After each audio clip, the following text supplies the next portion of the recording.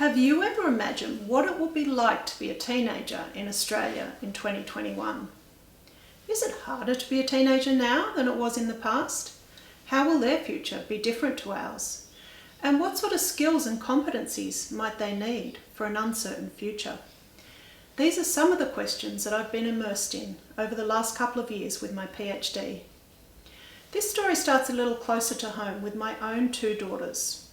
My daughters love learning in primary school. However, when they got to high school, they started to lose interest in school and learning. At the same time, I watched their mental health decline and tried to support them as best I could with panic attacks, anxiety and depression. I started to research youth mental health in Australia to try and get an idea of what the big picture was.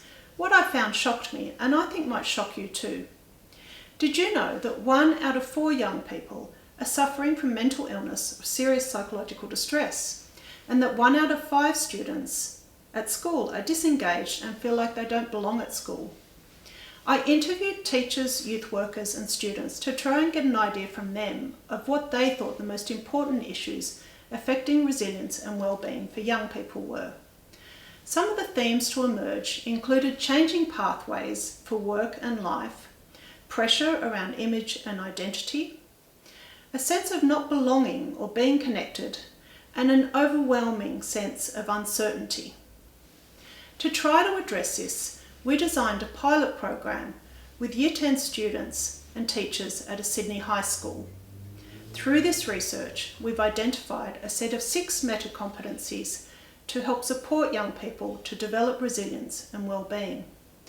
These include agency, adaptability, creativity, compassion, interbeing, and self-awareness. With a team of experienced educators and practitioners, we've developed a series of day-long modules which align to these meta-competencies. What's really unique about what we're doing here is we're not just focusing on personal resilience through social and emotional learning, but also on collective resilience. Through learning things like systems thinking and futures thinking, we're enabling students to design interventions in complex real-world problems. The initial findings are very positive, and we've had great feedback from teachers and students.